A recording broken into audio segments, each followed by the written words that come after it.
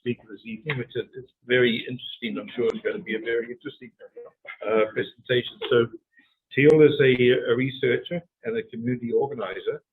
He has a PhD in politics and international studies from the University of Cambridge and BAs in political science and international relations from the University of Calgary.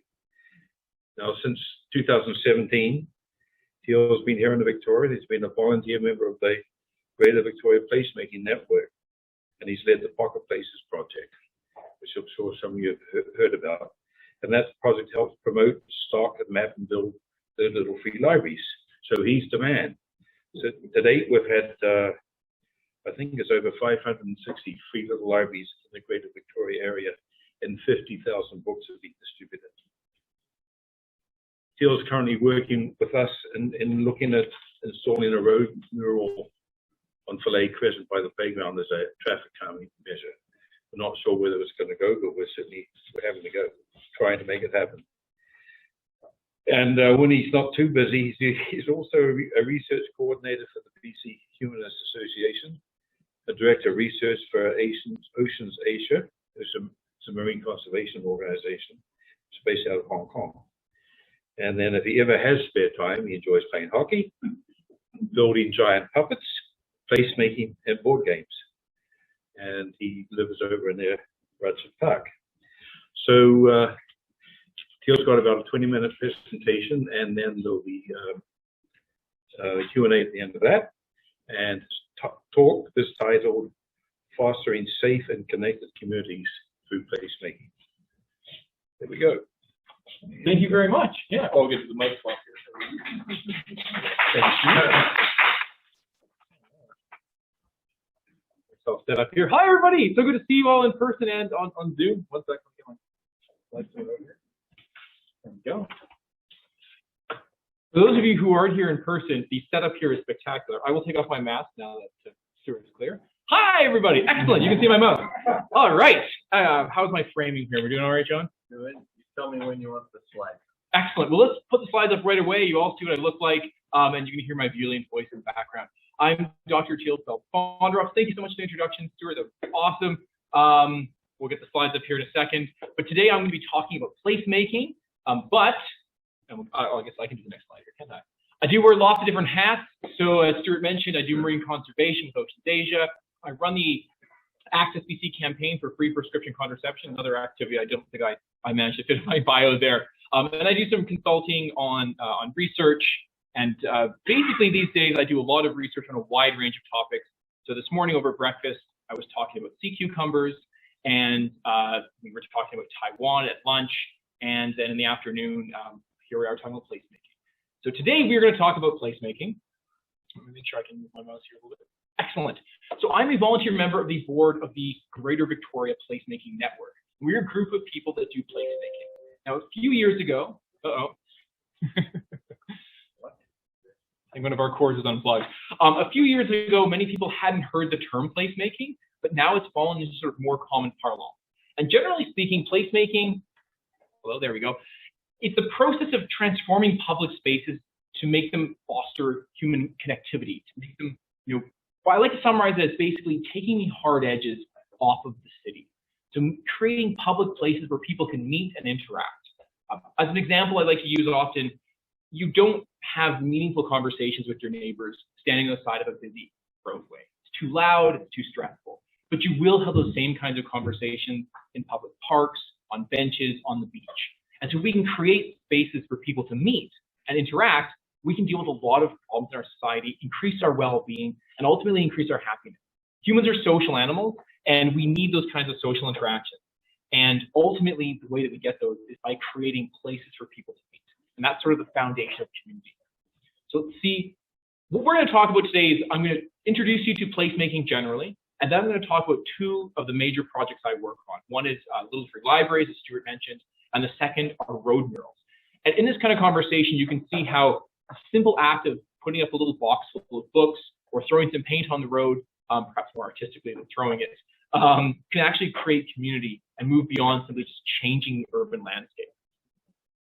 So yeah, what we do at the Placemaking Network is we're a group of folks that get together and try to create vibrant public spaces, places where people want to meet and interact. And by the way, placemaking is a collaborative process. So it's not cities throwing in public art. It's neighbors coming together to make their neighborhood more human. I'll give you some examples of there we go, of what placemaking is. So it can really be anything, right? It can be getting together and, let's look at our examples here, having a temporary bike lane to see how it feels on a certain road. It can be pole painting. It can be temporary gardens, permanent gardens.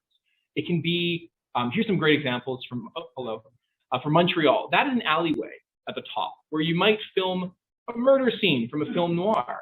That's the same alleyway a few years later after some serious placemaking. It's now a vibrant space where you have people who are meeting and hanging out. It looks like it's Montreal, so they're probably also drinking wine, and they're having a good time. Simply by changing the way the space looked and felt, you now create a dynamic social space. Oh, hello. Are we doing okay here, John? Yes and no. I'm gonna let John hijack the conversation, and I'll just keep pressing on here. Just to back up a step while we're sorting out our tech issues, one of the reasons why placemaking and community building are so important, and I don't actually really need to talk about this during the pandemic because you all know what I'm going to say, it's loneliness, right? We don't have enough human interaction in our lives. Now, during the pandemic, it's been really hard for people to connect, and I find myself, having conversations with people on the line at Thrifties, right? But we don't often have places to meet people, strangers who are different than us, right? That's often on public buses and in public parks.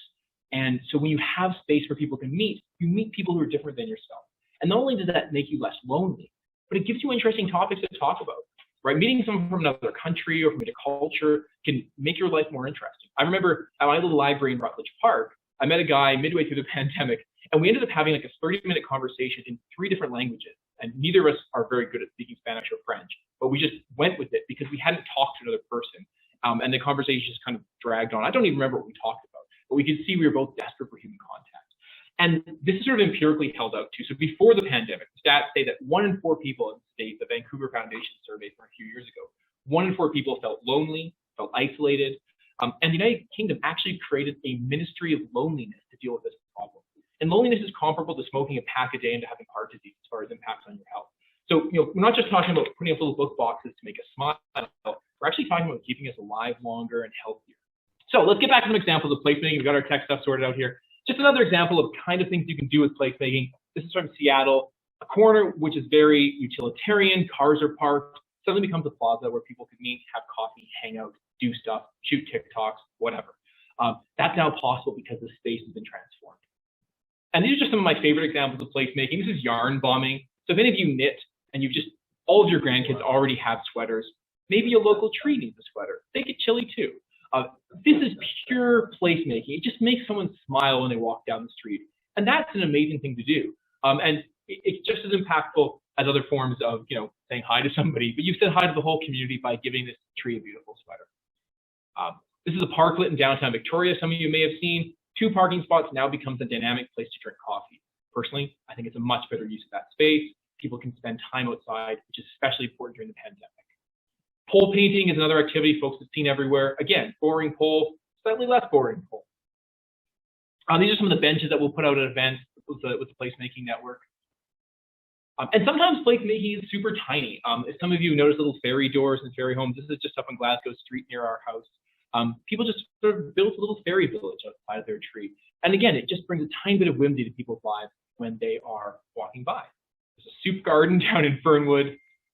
This is a spot at the Niagara Grocery. They have like a sitting corner with a library.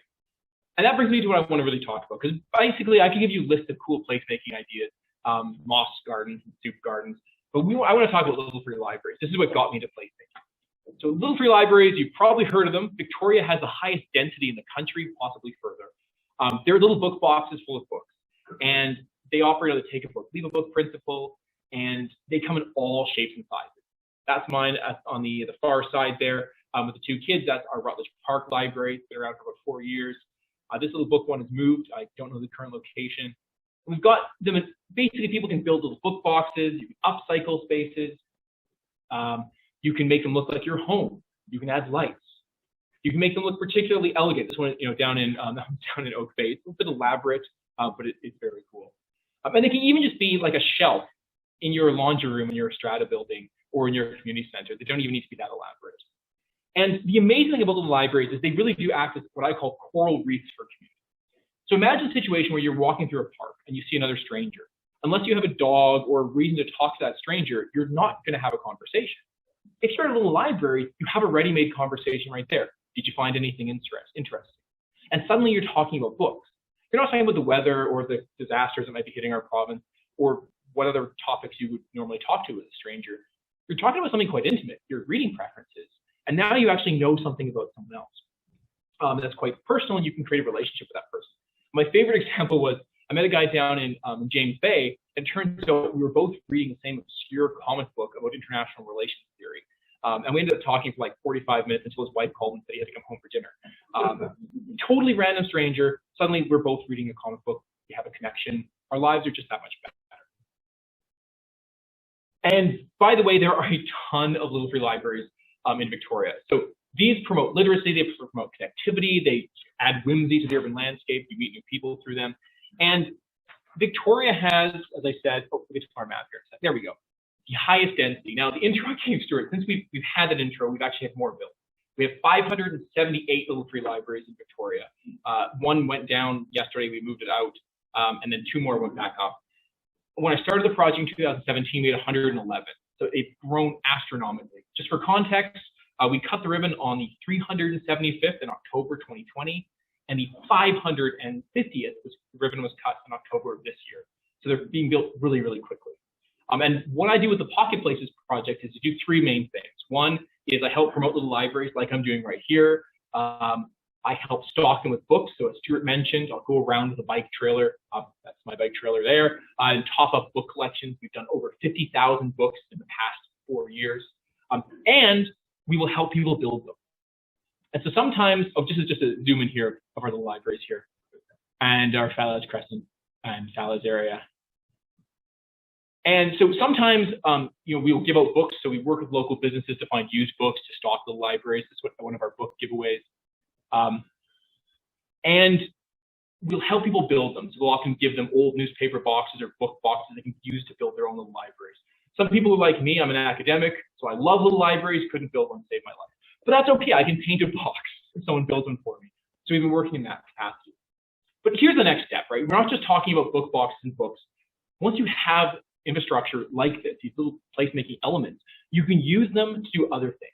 So during the pandemic, we gave out sidewalk chalk as a chalk your block project so that kids who are kind of in social isolation could get out in the street and do some placemaking of their own. I've done bookmarks for the Victoria Literacy Connection. Little free libraries are a great way of promoting literacy. Kids love them because it's the excitement of finding a book. And there's something different about a book box in the library. You go to the library, they're going to have the Bill Peet book you're looking for. You can put it on reserve. You go to a little free library, and they might have a book on airplane mechanics from the 1970s or how to make belts with cat fur. And so it's always a new adventure. You find, and by the way, those are books that I've both found. And so you find really interesting books that you wouldn't have otherwise looked at, just total whimsy. There's only 30 books in the book box, so you're going to be finding something, and maybe you'll take something you wouldn't have otherwise read home. In addition to chalk, we've done actual books. This is a book about placemaking that one of our members fell in love with and bought 300 copies for every little library in town. And it's funny, he's like, I'd like to drop one off to every library in town. I'm like, well, you're going to need a lot of them. Yeah, it's fine. So we got to go around dropping those off. It's always good to leg day. And then more recently, trying to do sort of more, more meaningful distributions, we've been giving off copies of the Truth and Reconciliation Calls to Action. I've actually, speaking of other door prizes, we've got a few by the door for folks who showed up here, and I'll leave a couple with Stuart. But we've been giving out copies of this book, which talks about reconciliation. And in this way, little libraries work as a great way of spreading important information that we all really need to learn as we move through reconciliation. And more recently, we're doing, we have a fundraiser to get funds to buy children's books about truth and reconciliation because despite this book being amazing, it's the UN, it's under it, which is a little bit dense for the 5 to 10. So we're trying to get sort of more accessible books from local Indigenous authors. So just some examples of some of the placemaking elements we've done. We've been working with the Times colonists to get their old newspaper boxes to paint out and make into little free libraries. And you can kind of see my buddy Jim's truck full of newspaper boxes and how they've been transformed into beautiful elements. And these are fantastic little libraries because they're built tough. You could drive into them, please don't. It's great to see the creativity of people adding lights and doors and painted elements. And once you have a little library, you can also theme it and add whimsy to your neighborhood. So this is our little library during Pride Week or month. It has LGBTQ themed books and flags. During Remembrance Day, our little library had books about World War II and World War I history. It had poppies, of course. And so it's another way of creating kind of like seasonal change in your library, which is sort of one of my main pieces of advice for if you're managing your own book box. Make it fun, make it whimsical, add holiday lights, you know, Halloween decorations and things like that. See what we have next. Oh, excellent. So that's our little library world. And by the way, I could talk about this till the cows come home. And if people have questions about how to manage them, I'll send over some blogs and some information. The cool thing with the libraries is you can set it up on your front lawn any day. It doesn't take any effort. And if you want to put one in a public park, get in touch. I can help work with Saanich so that you can, there's some hoops you need to jump through, reasonable hoops to make sure they get in place. We do need some work at the city level as well, though. There are still barriers to doing placemaking. It took us about 9 months to get ours in the park. I know you folks have one in the park in Falaise. I'm not sure how long it took, but there's a bit of wrangling involved. And then sometimes funding's a problem. So I'm trying to encourage cities to have more micro grants. It doesn't cost much to build this. Ours cost maybe $70, most of that plexiglass. The price of wood has gone up, of course. But small micro grants can help validate projects and get them off the ground and pay for things like 4x4 treated wood or fancy looking doorknobs and things like that. Yeah, and then once you have your library, I recommend bringing it alive with fun activities. Ours is on Twitter, for those of you who are Twitter aficionados, and at one point had like more followers than one of our mayors, and it has friends all around the world that talks to little libraries in Germany and England, and I now exchange holiday cards with them. So the Blythe Hill Book Box in London sends a holiday card to my little library through me, and I send one to I don't even know the person who runs the name. I just send us the Blythe Hill Book Box, and you know, how are the books today? Are they keeping dry? It's absolutely delightful. And that level of whimsy as well, I love, because it helps make our neighborhood a bit more fun and friendly and welcoming, which I think we all recognize is really important. But let's talk about making our neighborhoods not just fun and whimsical, but also safer. So the second half of my talk here, I want to talk about road murals. So road murals became a passion of mine because I'm very excited and passionate about road safety. One of the critical things we need to do is get people out of their cars, walking, cycling, using active transportation around our neighborhood. This is critical for both climate change and personal health, and just making the world a better place. But it would be really risky to encourage everyone to get out of their cars if our roads are incredibly dangerous, and they still are. You know, with people getting hit by cars on them, some neighborhoods don't have sidewalks. And so I've been trying to explore ways of making our roads safer while also using really cost-effective methods of placemaking. And road murals is what I've discovered as a really excellent tool. A road mural is basically a mural painted on the horizontal surface of the road. And they can come in any design.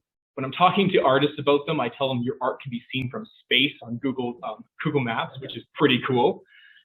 And they're a fantastic project for a number of reasons. And I'm just going to show you some pictures of road mural projects here in Victoria, a couple around the world, to try to inspire you. And the goal, what I'm actually working with, as Stuart mentioned, we're working on putting one on Falaise Crescent. I think it's a perfect corner for it. I've been working with Saanich Road Engineering for the past 3.5 years to develop guidelines around road murals. We're this close. We have a small hoop to jump through, and I think we're golden. And I hope to see you all out there in the spring/summer to put in a road mural. But basically, when it comes to road murals, what I usually recommend to folks is to involve the community, hire a local artist, pay them well, please, and find a good location. And that's a location that doesn't have a center line, so that you don't want to be interfering with road markings to confuse drivers in that way. Also, roads that are a bit too busy, the road mural wears off really quickly. I don't know if you folks remember the puzzle piece crosswalks downtown. Those things were wiped. Those things got like worn out in like 3 or 4 weeks. It wasn't. You just can't have paint that's strong enough to hold up the Blanchard, right?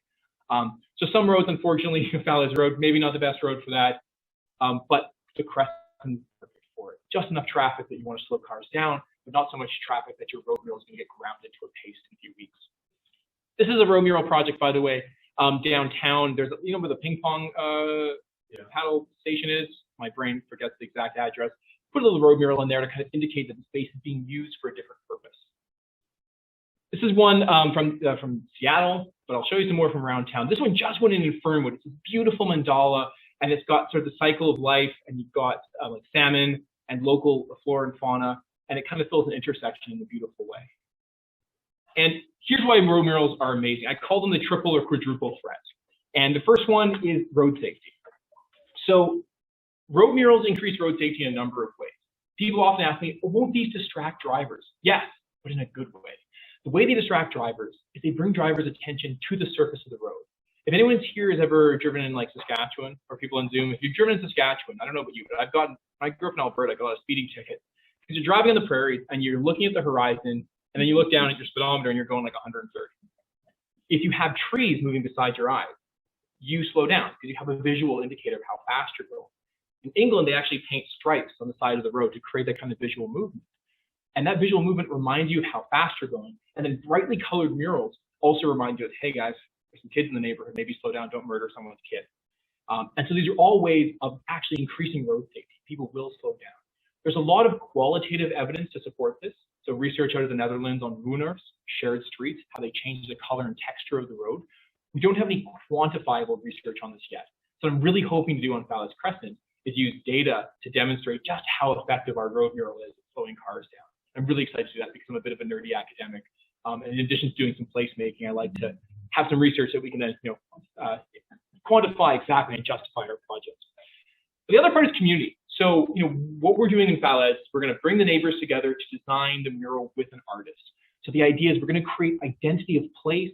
We're going to say, oh, what makes our neighborhood click? What do people really on the street really feel about? Like, what gives you that identity? And then capture that in the mural. My favorite example is McCaskill Street down in Vic West.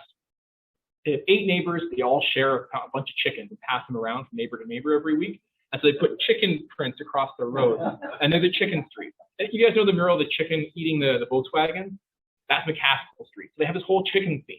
And then you tell your friends, we're the chicken street. Suddenly you have identity of place instead of being like me, I'm on Glasgow Avenue. What does that mean? Nothing, right? But we could be the chicken street or the salmon road. And that gives us an identity of place.